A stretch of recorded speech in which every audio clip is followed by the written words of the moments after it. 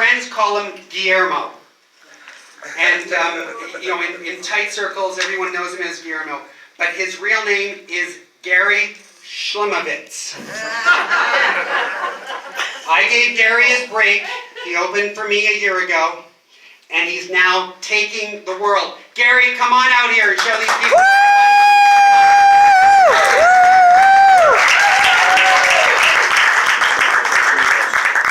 Gary, you're too important to do stuff. I don't want to bother with stuff You're like too that. important to do stuff like this. I'm a Jewish guy, I don't know. Okay, that's fine. I've got your wrenches, okay? Are you okay? Is that Oh, thank you. Gary, everybody, come on. Thank you. This guy is Mr. Show Business here at San Miguel, don't you think?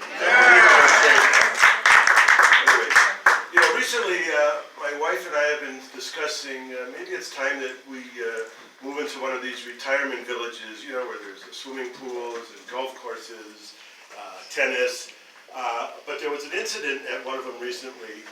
This older woman went into the lounge where some of the men are hanging out, some are watching TV, some are dozing off, and she makes an announcement. She says, if there's anybody in here tonight that can guess what's in my hand, I'll have sex with you tonight. And it takes a few seconds, but there's a gentleman in the back yells out, I think it's an elephant. And she says, close enough.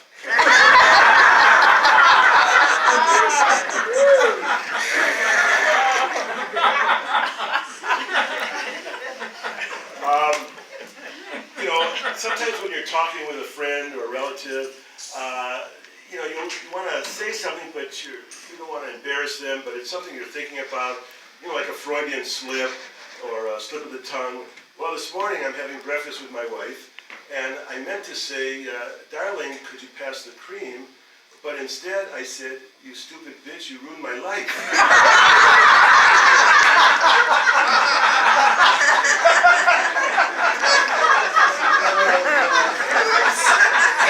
That's really a joke.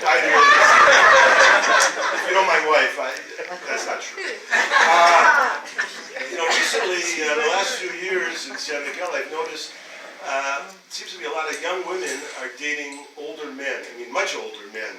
And this couple went out to dinner, and they were walking home, and the woman lives in a third-floor apartment. And they got back to the building, and she said to the fellow she was out with, would you like to come upstairs and have sex? And he said, I can only do one or the other.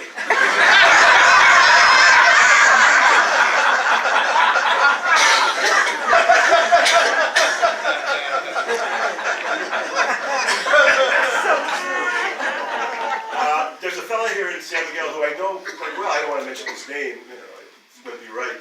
But he met these two young, beautiful women, and he ended up spending the night with them, and he couldn't believe this was happening to him. It was like unbelievable. And a few weeks later, he went to church, and he saw a priest, and he told the priest what happened. I met these two beautiful women, and we spent the night together. And the priest said, when was your last confession? And he said, well, I've never been to confession, I'm Jewish. That's not the joke. And I'm Jewish, and the priest said, well, why are you here? Why are you telling me all this? And he said, well, I'm telling everybody.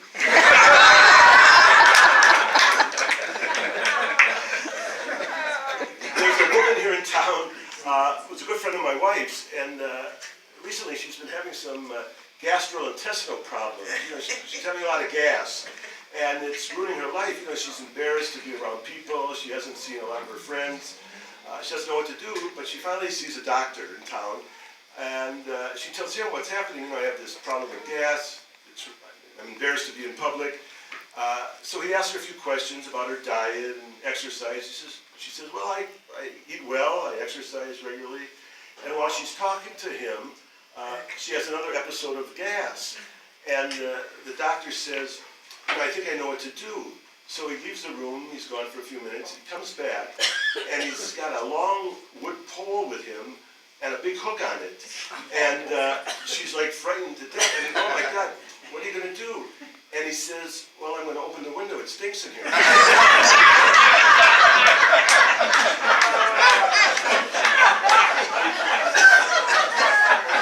all true, by the way. You know, in the paper now and on the news, there's a lot of talk about Russia. And the more I think about it, I mean, that's a place I would never want to live. You know, people are still waiting in line to get food, and the services are terrible. They have to wait forever to get something done. And there's a fella who wants to buy a car. And he's saved in money. He's been saving his money for years, and it's enough money to buy a car. So he goes to a dealer and tells the guy, I want to purchase a car. I've never had one, but I want to buy a new car. So the dealer says, well, that's fine. That'd be great, but there's a 10-year wait. And the guy says, well, I have my money. Why would I have to wait 10 years? Well, you do. That's the way it is. You have to wait 10 years. But I have the money. No, you still have to wait 10 years. So the guy says, okay. Well, will they be delivering it in the morning or the afternoon? And he says, well, we'll deliver it in the afternoon. And the fellow says, well, that's great because the plumber's coming in the morning.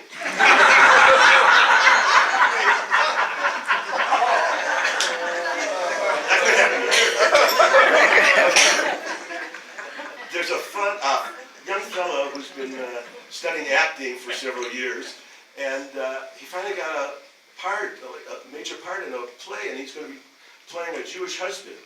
And he still lives at home, the fella, and he goes home and he tells his mother, you know, I got this part in this play, and I'm going to be playing a Jewish husband. And she says, oh, that's wonderful, I'm so happy for you. And then his dad comes into the room and tells him the same thing. I'm going to be in this play, and I'm going to be playing a Jewish husband. And his dad again says, oh, so proud of you, but we were hoping you could get a speaking part.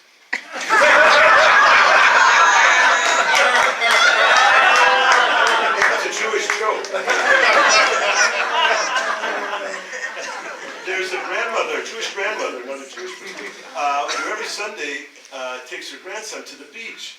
And on this particular Sunday, he's playing by the water, and a big wave comes in, and it takes him out about 100 yards out into the ocean. And she's frantic. Oh my God. And she looks up to the sky, and she says, oh God, please save my grandson. You know, I'll do anything. I'll go to the synagogue every week. I'll help the poor.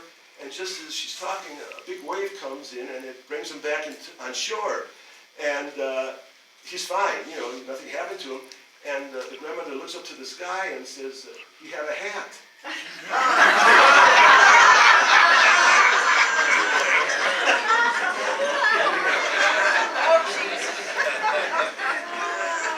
You know, the last few years, I've been doing some research and reading about human behavior, you know, what makes people tick. And I read a lot of articles in different magazines. And this morning, as a matter of fact, I read an article in Psychology Today about a study that's going on at Duke University. And what they're trying to decide is what's the difference between sexy and kinky. And I think when the results came out and that I read them, you'll be surprised. What they found is that kinky is using a feather. Nope. I'm sorry. Sexy is using a feather, and kinky is using the whole chicken. I messed it up. But you get the point. So I have an older cousin, lives in Miami, and a few weeks ago he was walking down the street, and he passes a sperm bank clinic. And he goes in and he talks to one of the nurses. He said, yeah, I'd like to donate to the clinic. And she says, you know, I don't want to be rude, but do you mind if I ask how old you are? And he says, yeah, it's fine, I'm 90. And she says, are you sure you want to do this? And he says, yes. So she gives him a jar and a couple of magazines, and he goes into one of the little rooms. And you know, he's there for a little while, and one of the doctors walks by the room, and he hears a lot of this moaning and groaning, and the doctor says, Mr. Shields, are you okay? And he says, no, I can't open the jar.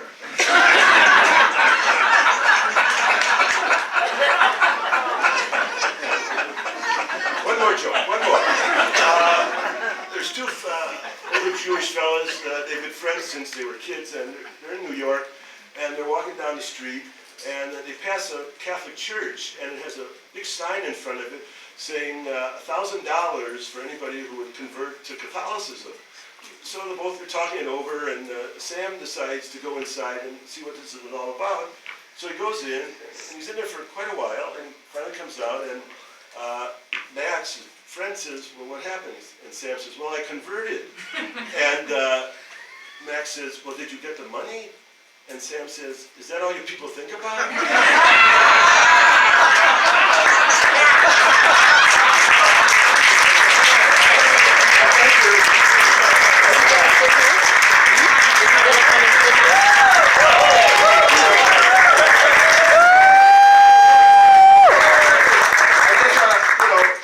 Last year, Shane, like he said, he coached me into doing this, and I really want to publicly thank Shane. Call me Shane. Whatever the hell he is. Anyways, if it wasn't for Shane, I'd be sitting at home watching, I think, reruns of Gomer Pyle or something. But anyways, I want to thank Shane for what he's done. He's been very supportive.